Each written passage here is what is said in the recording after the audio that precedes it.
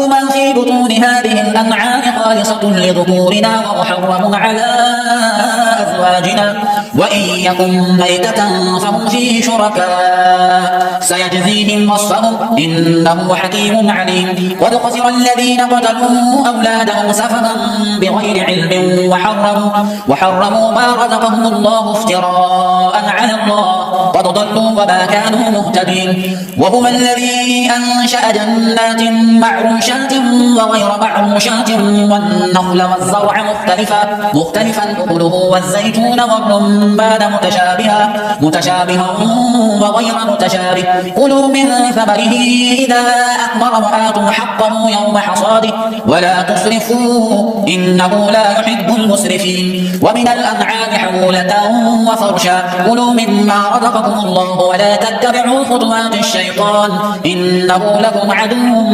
مبين. 8 أزواج من الضأن 2 ومن المعز 2 قل أذكرين حرم أم الأنثيين أما اشتملت عليه أرحام الأنثيين نبئوني بعلم إن كنتم صادقين. ومن الإبل 2 ومن البقر 2 قل أذكرين حرم أم الأنثيين أما اشتملت عليه أرحام الأنثيين أم كنتم شهداء إذ وصاكم الله بهذا فمن أظلم ممن افترى على الله كذبا ليضل الناس بغير علم إن الله لا يهدي القوم الظالمين. قل لا أجد فيما أوحي إلي محرم على طاعم يطعمه إلا أن يكون ميتة أو دما مسفوحا أو لحم خنزير فإنه رجس أو فسقا أهل لغير الله به فمن اضطر غير باغ ولا عاد فإن ربك غفور رحيم. وعلى الذين هادوا حرمنا كل ذي ظفر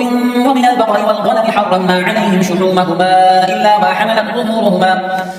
حملت ظهورهما أو الحوايا أو ما اختلط بعظم ذلك جزيناهم ببغيهم وإنا لصادقون. فإن كذبوك فقل ربكم ذو رحمة واسعة ولا يرد بأسه عن القوم المجرمين. سيقول الذين أشركوا لو شاء الله ما أشركنا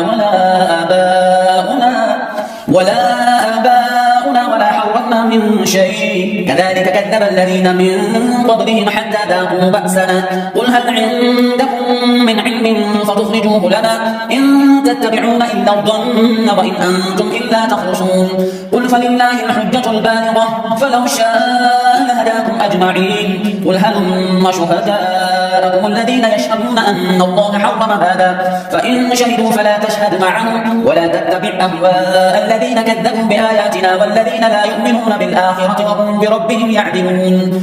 قل تعالوا أتل ما حرم ربكم عليكم ألا تشركوا به شيئا وبالوالدين إحسانا ولا تقتلوا أولادكم من إملاق نحن نرزقكم وإياهم ولا تقربوا الفواحش ما ظهر منها وما بطن ولا تقتلوا النفس التي حرم الله إلا بالحق ذلكم وصاكم به لعلكم تعقلون. ولا تقربوا مال اليتيم إلا بالتي هي أحسن حتى يبلغ أشده وأوفوا الكيل والميزان بالقسط لا نكلف نفسا إلا وسعها وإذا قلتم فاعدلوا ولو كان ذا قربى وبعهد الله أوفوا ذلكم وصاكم به لعلكم تذكرون. وأن هذا صراطي مستقيما فاتبعوه ولا تتبعوا السبل فتفرق بكم عن سبيله ذلكم وصاكم به لعلكم تتقون. ثم آتينا موسى الكتاب تماما على الذي أحسن وتفصيلا لكل شيء وهدى ورحمة لعلهم بلقاء ربهم يؤمنون.